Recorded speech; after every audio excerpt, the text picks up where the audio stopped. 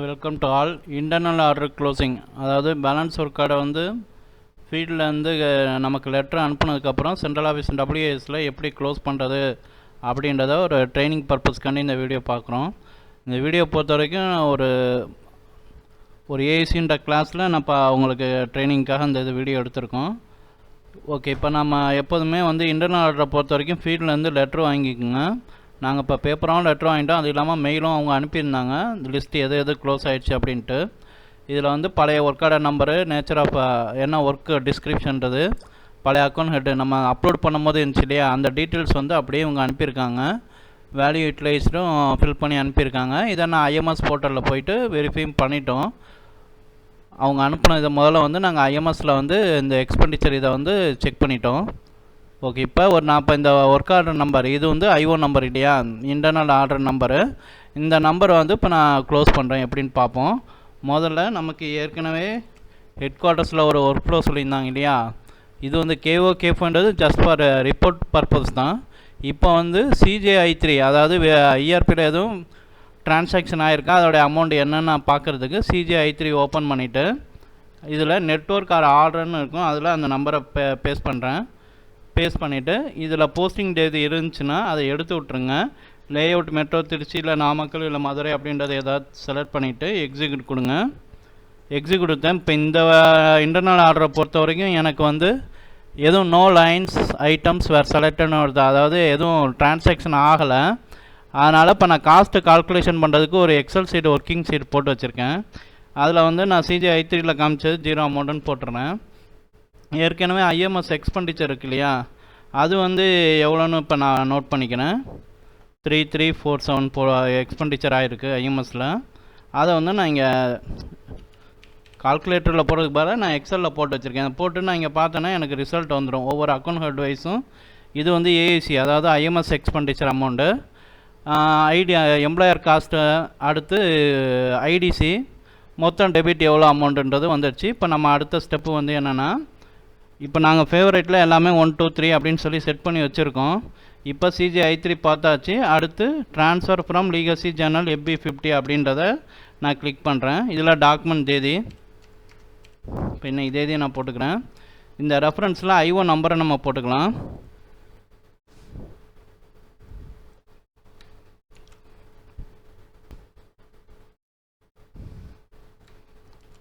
Okay, இப்போ நான் வந்து எக்ஸலில் போட்டு வச்சுக்கேன்ல, நான் ஜஸ்ட் அதை காப்பி பேஸ்ட் பண்ணிக்கிறேன்.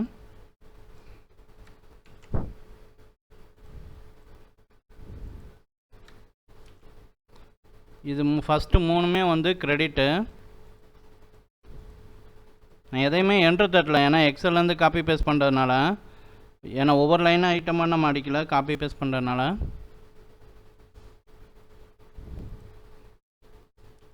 இப்போ நான் 4 அமௌண்ட்டை பேஸ்ட் பண்ணிட்டேன். இப்போ டெபிட்டில் வச்சுட்டு ஒரே ஒரு டேப் அழுத்துனேன். டேக்ஸ் கோடு கேட்கும்.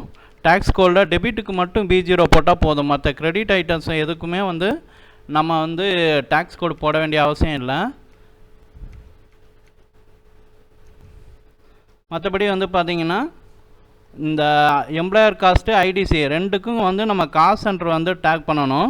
டெபிட்டுக்கு வந்து internal order number IO number இருக்கு இல்லையா, அந்த நம்பரை டேக் பண்ணணும். டேக் மீன்ஸ் மேப் பண்ணணும்.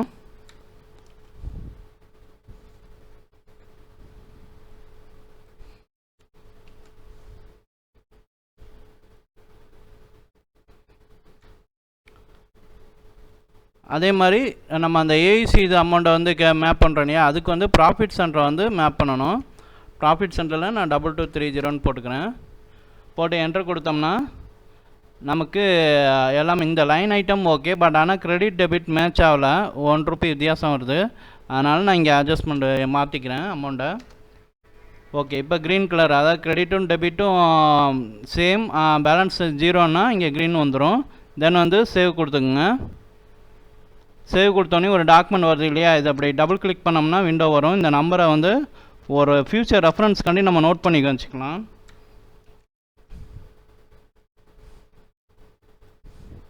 நாங்கள் இந்த எக்ஸல் ஃபைல்லையே நாங்கள் பேஸ்ட் பண்ணி வச்சுக்கணும் எங்கள் சர்க்கிளை பொறுத்த வரைக்கும்.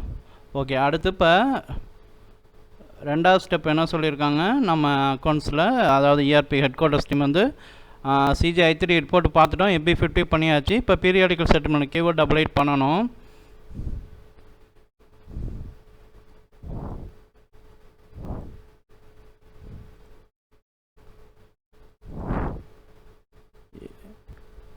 எப்போதுமே இப்போ நான் இதில் வந்து எனக்கு நோ லைன் ஐட்டம்ஸ் வேர் செலக்டட் அப்படின்றதுனால நான் வந்து நேராக FB50 பண்ணிட்டேன். இப்போ அப்படி இல்லை அப்படின்னா நம்மளுடைய அமௌண்ட்டை வந்து அதாவது இயர்பியில் எக்ஸ்பெண்டிச்சர் எவ்வளோ ஆயிருக்குன்றதை நம்ம டோட்டல் போட்டு பார்த்து அதை இங்கே நம்ம கால்குலேட் பண்ணி இங்கே போட்டுக்கிட்டோம்னா அதுக்கேற்ற மாதிரி நம்ம காஸ்ட் அலோகேஷன் இந்த என்ட்ரி FB50 என்ட்ரி பண்ணிக்கலாம். ஓகே, இப்போ நான் வந்து என்ன என்ட்ரி கூட வந்தேன் KO 88 பீரியாடிக் செட்டில்மெண்ட். இப்போதைக்கு எனக்கு பழைய இது எதுவுமே இல்லை. இப்போ காஸ்ட் அலோகேஷன் இந்த இது பண்ணோம் இல்லையா, AUC இது கன்வெர்ட் FB50 போட்டோம், அதை மட்டும் நம்ம செட்டில் பண்ணணும். அதுக்கு இப்போ இந்த IO நம்பரை போட்டேன். செட்டில்மெண்ட் பீரியடு 4 இப்போ இந்த ஜூலைன்றனால 4ன்னு போட்டிருக்கேன். ஆட்டோமேட்டிக்னு வச்சுட்டு டெஸ்ட் ரன் எடுத்து விட்டுட்டு எக்ஸிக்யூட் கொடுக்குறேன். எக்ஸிக்யூட்னு வந்தால் ப்ராசஸிங் கம்ப்ளீட்டட் வித் நோ எரர்ஸ்ன்னு வந்துடுச்சு. ஓகே, இப்போ நம்ம அடுத்த ஸ்டெப்புக்கு போகலாம். இப்போ கிரியேட் மெயின் அசட் AS01 அப்படின்ற டீக்குள்ளே போயிட்டு மேலே AUCW கம்பெனி கோடு 2000 இருக்கான்னு பார்த்துங்க. ஃபஸ்ட் டைம் நம்ம போகும்போது 1000 இருக்கும். இதில் ரெஃபரன்ஸ்னு இருக்கு இல்லையா, அதில் அசட் நம்பர்ன்றது வேறு, IO நம்பர்ன்றது வேறு. நம்ம அப்லோட் பண்ணும்போது அசட் நம்பர் ஒன்று க்ரியேட் ஆகிருக்கும் இல்லையா, அந்த நம்பரை வந்து நான் காப்பி பண்ணிக்கிறேன். அதாவது அப்லோடு பண்ணும்போது க்ரியேட் ஆன அசட் நம்பர், அந்த நம்பரை இங்கே வந்து ரெஃபரன்ஸுக்கு போட்டுட்டு சப் நம்பர் 0 கம்பெனி கோடு 2000 அப்படின்னு போட்டு என்டர் தட்டுறேன். இப்போ அந்த டீட்டெயில்ஸ் வந்து நமக்கு வந்துடுது. டிபெண்ட் அப்படின்னு இருக்கு இல்லையா, அதாவது ஜென்ரலில் 3 லைன் நமக்கு ஆல்ரெடி வந்துடுச்சு. டைம் டிபெண்டன்றதில் பிஸ்னஸ் ஏரியா அப்படின்றத செலக்ட் பண்ணிக்கிறேன். ரெஸ்பான்சிபிள் காஸ்ட் சென்டரில் மறுபடியும் அந்த மேலே இருக்க அதே காஸ்ட் சென்டரை காப்பி பேஸ்ட் பண்ணிடுறேன். இன்டர்னல் ஆர்டர் நம்பர்னு இருக்கு இல்லையா, இன்டர்னல் ஆர்டர்னு கேட்குது. அதில் வந்து இந்த IO நம்பர்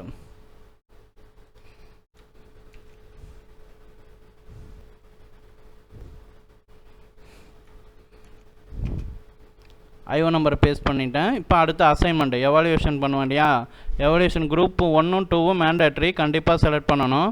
இதை பொறுத்தவரைக்கும் டிரான்ஸ்ஃபார்மர் எதுவும் இல்லைன்றனால டிரான்ஸ்ஃபார்மர் நான் செலக்ட் பண்ணல. LT இதுன்றனால LT பவர் கேபிள்னு செலக்ட் பண்ணிவிட்டு ஒரு என்டர் ஒரு சேவ் கொடுக்குறேன். ஓகே, இப்போ ஒரு அசட் கிரியேட்டர்னு ஒரு நம்பர் வரும். அந்த நம்பரை மறக்காமல் கண்டிப்பாக நோட் பண்ணி வச்சுக்கோங்க, அடுத்த ஸ்டெப்புக்கு தேவைப்படும்.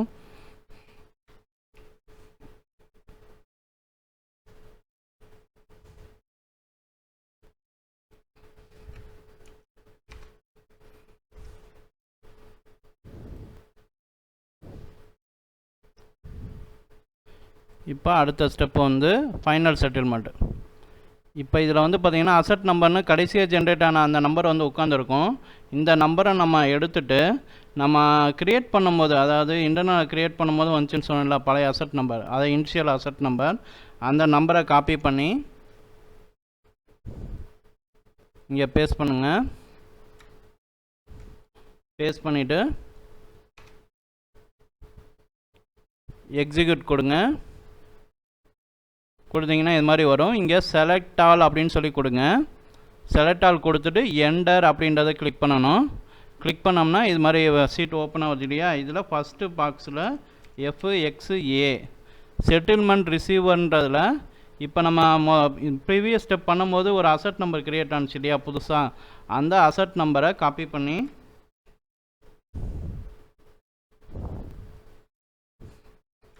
பேஸ்ட் பண்ணிவிட்டு ஒரு என்டர் தட்டுங்க. ஒரே ஒரு வாட்டி பேக் வந்துட்டு இங்கே செலக்ட் ஆல் மறுபடியும் கொடுங்க. கொடுத்துட்டு இங்கே க்ரீனில் இருக்குதான்னு பார்த்துங்க. செட்டில்மெண்ட் அப்படின்ற கொடுத்தீங்கன்னா எஸ் ஆர் நோன்னு கேட்கும், எஸ் கொடுங்க. இப்போ நம்ம இதை செட்டில் பண்ணுறதுக்கு இங்கே போஸ்டிங் தேதி இருக்கு இல்லையா, அந்தந்த மாதத்தினுடைய கடைசி தேதி போட்டுங்க. இப்போ ஜூலைன்றனால நான் 31/7 போட்டுட்டு டெஸ்ட் ரன் அப்படின்றத எடுத்து விட்டுட்டேன்.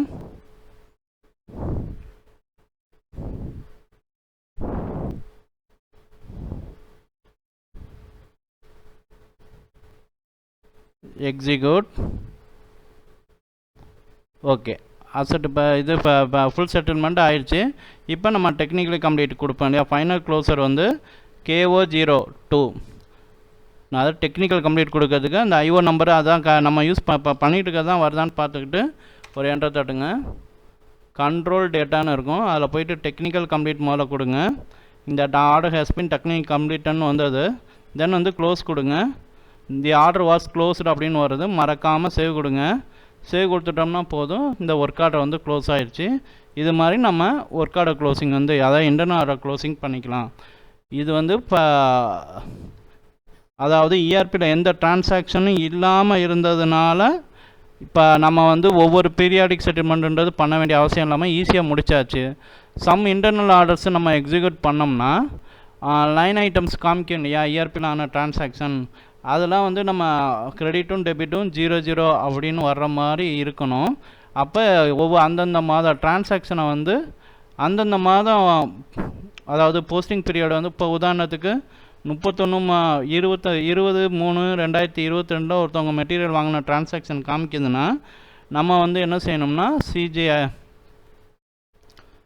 அதாவது பீரியாடிக் செட்டில்மெண்ட் கேவ் 88 போடுவோம் இல்லையா, அதில் ஆர்டர் நம்பர் போட்டுட்டு 12/12/2021 அப்படின்னு போட்டுட்டு ஆட்டோமேட்டிக் வச்சுட்டு இது மாதிரி பண்ணணும். இது மாதிரி ஒவ்வொரு இதுவும் பண்ணியிருக்கணும்.